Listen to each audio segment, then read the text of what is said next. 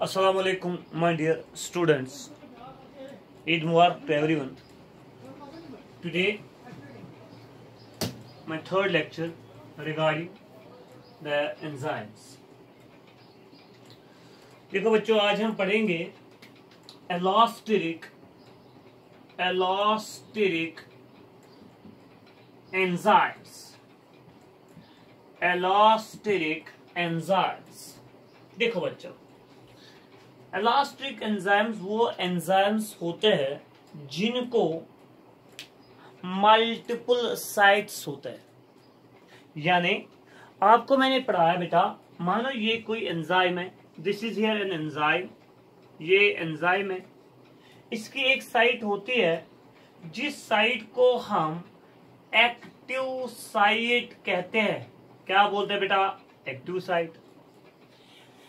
Elastic enzymes को इस active site के अलावा और कुछ साइट्स होते हैं, यानी मल्टीपल साइट्स होते हैं। ऐसे एक है फॉर एग्जांपल, ये दूसरी है, इसी तरह तीसरी भी हो सकती है। इन एंजाइम्स को हम एलास्टिक एंजाइम्स कहते हैं। तो इसका मतलब आया है जिन एंजाइम्स को मल्टीपल साइट्स होंगे उन एंजाइम्स को हम एलास्टिक एंजाइम्स कहते हैं। ठीक, अगर हम देखेंगे यहां जो मॉलिक्यूल इन एलास्टिक साइट्स के साथ, जो सबस्ट्रेट या मॉलिक्यूल या कोई भी मॉलिक्यूल होगा बेटा, जो इन एलास्टिक साइट्स के साथ मिलता है उसको हम कहते हैं मॉड्यूलेटर। उनको हम कहते हैं क्या बेटा? Modulators. The molecules which bind with these sites, which bind with these elastic sites are called as modulators. ये मॉड्यूलेटर्स क्या करते हैं? या तो ये इस एक्टिव साइट को प्रॉपर शेप देंगे, यानी simply we can say that modulators may be activators, यानी एंजाइम को एक्टिवेट करेंगे, एक्टिवेटर्स होंगे, या यही मॉड्यूलेटर हो सकता है इनहिबिटर्स।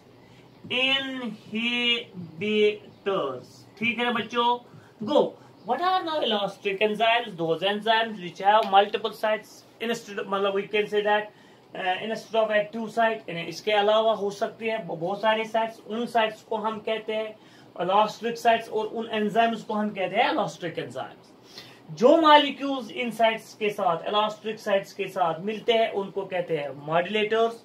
ये एंजाइम को या तो एक्टिव करेंगे तब बोलेंगे इनको एक्टिवेटर्स, या तो इसको बंद करेंगे, इसकी फंक्शन को स्टॉप करवाएंगे तो आप बोलेंगे इनहिबिटर्स। मिसाल, एक एंजाइम है जिसका नाम है फॉस्फोफ्रक्टोकाइनेज। एक एंजाइम है बेटा जिसका नाम है फॉस्फोफ्रक्टोकाइनेज।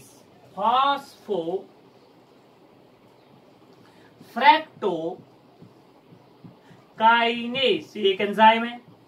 इस एंजाइम को इनहिबिट करता है एटीपी। वो एटीपी क्या बन गया फिर बेटा? यहां इनहिबिटर। इसी एंजाइम को एडीपी, एडेनोसिन डाइफॉस्फेट, ये इसको एक्टिवेट करता है, तब क्या है? एडीपी। एडीपी है, शाबाश शाबाश। What is ADP? ADP is activator and ATP is inhibitor. ठीक है ना बच्चों? ओके। अब और एक चीज जो हम डिस्कस करेंगे बेटा, वो है एंजाइम इनहिबिशन। एंजाइम इनहिबिशन हमारा टॉपिक है।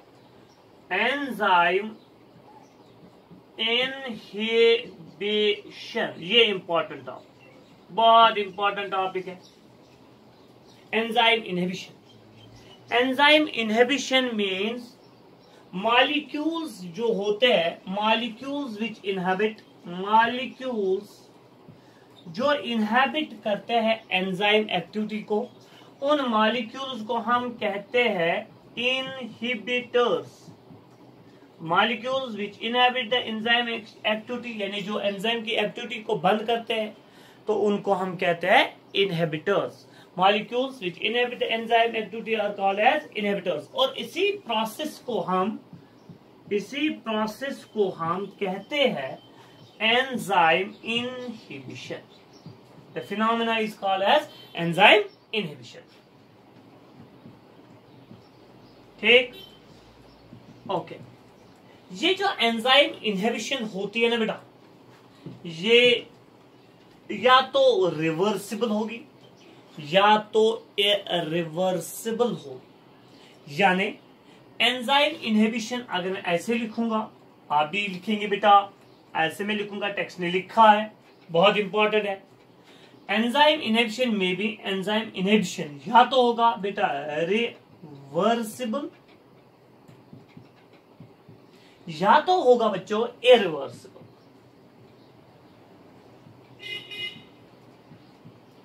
या तो होगा बेटा रिवर्सिबल या तो होगा इरिवर्सिबल। रिवर्सिबल और इरिवर्सिबल में फर्क क्या है, ये तो क्वेश्चन है। रिवर्सिबल में देखो, अब हम पहले पढ़ेंगे एंजाइम इनहिबिशन, मगर कौन सा, रिवर्सिबल, शाबाश। फिर पढ़ेंगे इरिवर्सिबल। रिवर्सिबल जो है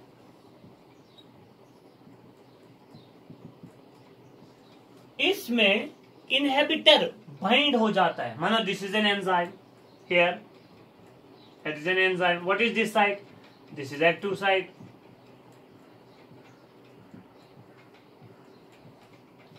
एक्टिव साइट, इसके साथ मिलता है कोई इनहिबिटर, ये मिल गया इसके साथ, मगर ये मिलेगा with non covalent interaction. Non covalent interaction यानी इनहिबिटर इंट्रैक्शन।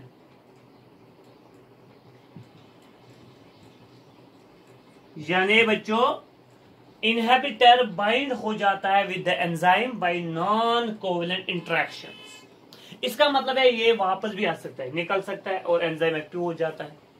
तो इसका मतलब है रिवर्सिबल इनहिबिशन में इनहिबिटर बाइंड हो जाता है एंजाइम के साथ बाय नॉन कोवेलेंट इंट्रैक्शन। यही रिवर्सिबल इनहिबिशन खुद, अब रिवर्सिबल इनहिबिशन जो होता है बेटा, रिवर्सिबल इनहिबिशन जो बेटा होता है, ये होता है खुद दो टाइप्स का। एक को हम कहते हैं कॉम्पिटेटिव, टेक्स्ट ने लिखा है बेटा, और दूसरे को हम बोलते हैं नॉन कॉम्पिटेटिव। एक को हम कहते हैं कॉम्पिटेटिव और दूसरे को हम कहते हैं नॉन कॉम्पिटेटिव। ठीक, पहले बात किसकी करेंगे, रिवर्सिबल इनहिबिशन, मगर कौन सा, कॉम्पिटेटिव वाला। फिर पढ़ेंगे बेटा कौन सा, नॉन कॉम्पिटेटिव वाला। पहले किसकी बात करेंगे, कॉम्पिटेटिव, बहुत इंपॉर्टेंट। हम पहले पढ़ेंगे कॉम्पिटेटिव रिवर्सिबल इनहिबिशन। कॉम्पिटेटिव, देखो बेटा यहां क्या होता है।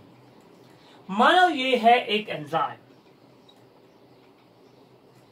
ठीक, ये है सबस्ट्रेट, ये लिखूंगा मैं ई से, वो एंजाइम, एस लिखूंगा सबस्ट्रेट, और ये लिखूंगा बेटा इनहिबिटर, ये लिखूंगा आई से। What is it is an enzyme, S is substrate, I is inhibitor. यहां क्या हो जाता है, ये और ये यानी सबस्ट्रेट और इनहिबिटर आपस में मिल जाते हैं स्ट्रक्चरली। यानी here inhibitor and substrate are structurally similar. Here inhibitor and substrate are structurally similar. और ये लड़ाई करते हैं, they compete to bind with the active site of an enzyme. ठीक, वो here competition occurs between inhibitor and substrate, and inhibitor and substrate are structurally similar. याद रखना बच्चों, they are structurally similar. यहां इनहिबिटर को बोला जाता है fake substrate. One fake substrate, ये असली की ही फेक थी।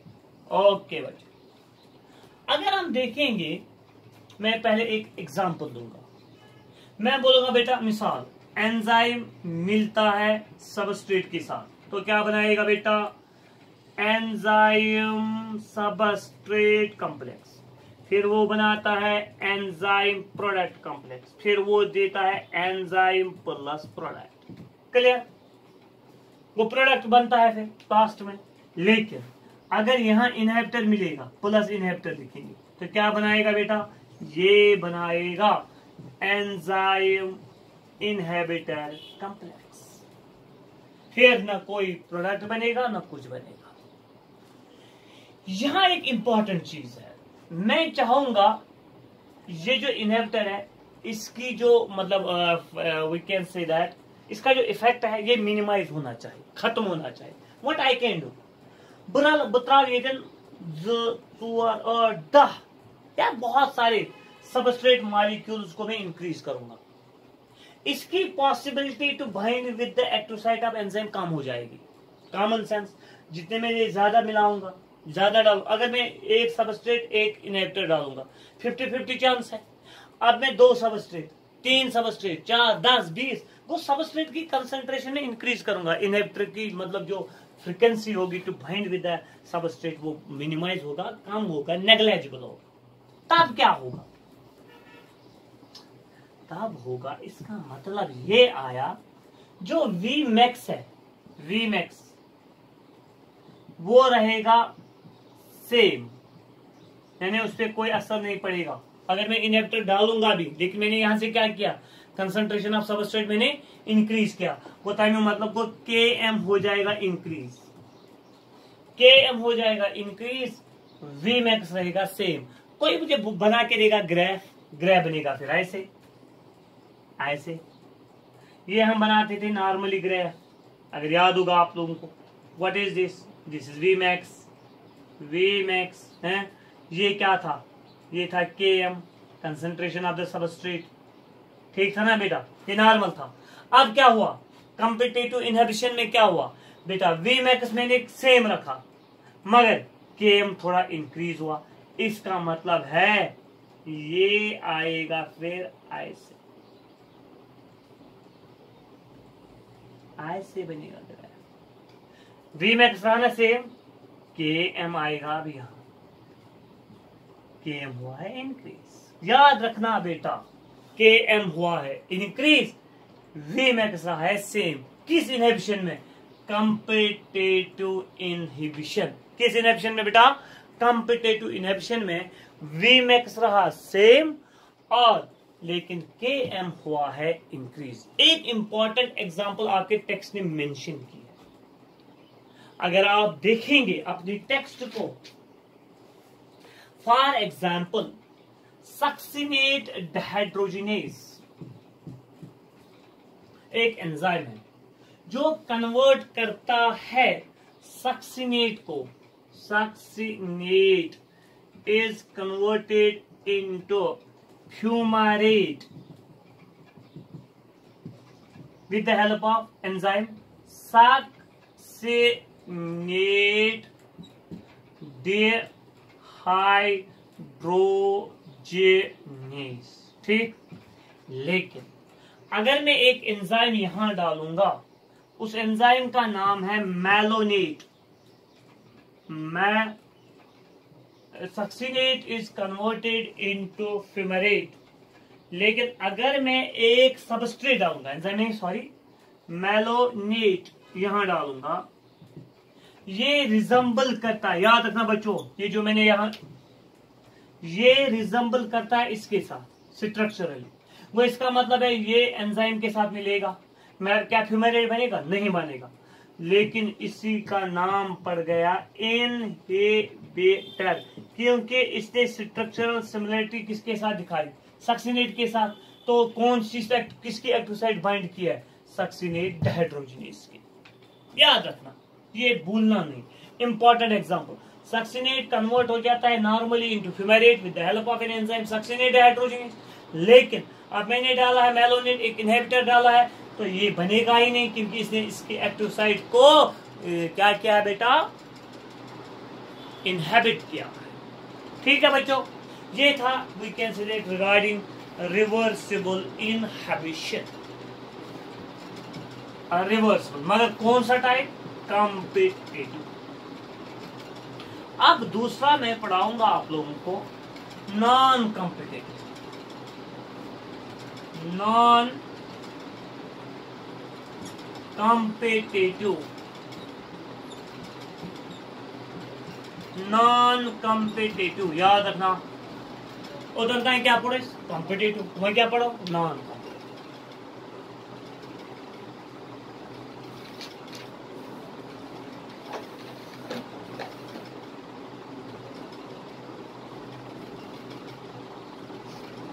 No structural similarity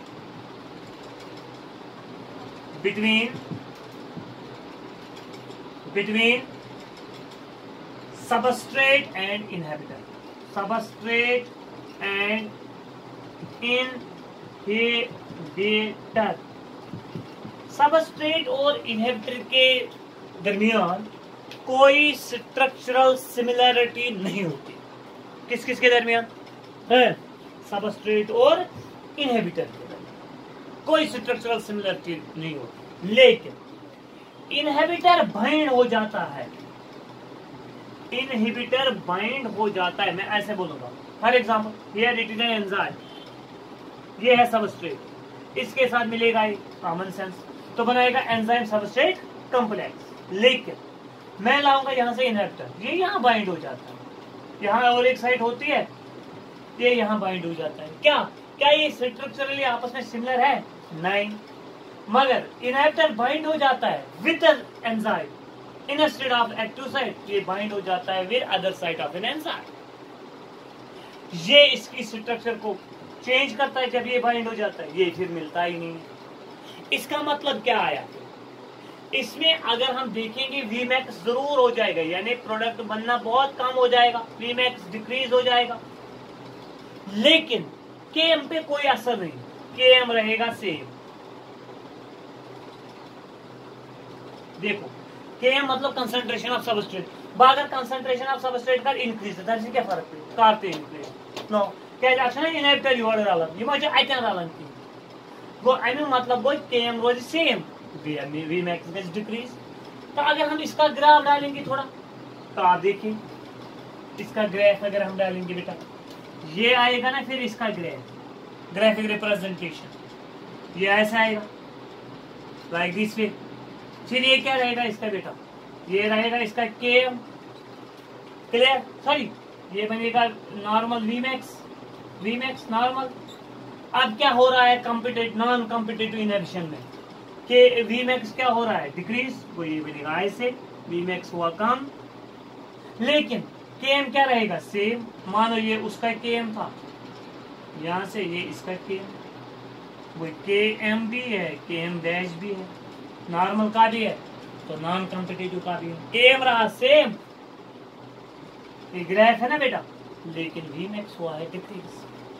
एक एग्जाम्पल मैं कोट करूंगा यहाँ, फॉर एग्जाम्पल यही फास्फोफ्रैक्टोकाइनेज, यानी फ्रैक्टोज 6 फास्फेट में बोलूंगा एस सबस्ट्रेट कंसर्न फ्रैक्टोज, ये थी जो याद गूगल, फ्रैक्टोज 6 फास्फेट, ठीक, इसे सबस्ट्रेट, और इनहिबिटर है एटीपी, ठीक। और अगर हम देखेंगे बेटा एंजाइम है फास्फोफ्रैक्टोकाइनेज, एंजाइम है फास्फोफ्रैक्टोकाइनेज, याद है PFK, फास्फोफ्रैक्टोकाइनेज, ये एंजाइम, ये एग्जांपल है यार, बस इतना याद रखना है। ये था बेटा नॉन कॉम्पिटिटिव इनहिबिशन। क्या बच्चे इसमें एंजाइम और सबस्ट्रेट, ये सॉरी ये जो सबस्ट्रेट और इनहिबिटर आपस स्ट्रक्चरली सिमिलर होते हैं कि डिसिमिलर होता है, मगर कहाँ मिलता है इनहिबिटर सबस्ट्रेट एंजाइम के साथ, वो एक्टिव साइट पे नहीं मिलता है, बल्कि वो दूसरी जगह पे मिलता है। क्लियर बेटा? इंशाअल्लाह रहमान। और हम डिस्कस करेंगे अगले वाले लेक्चर में।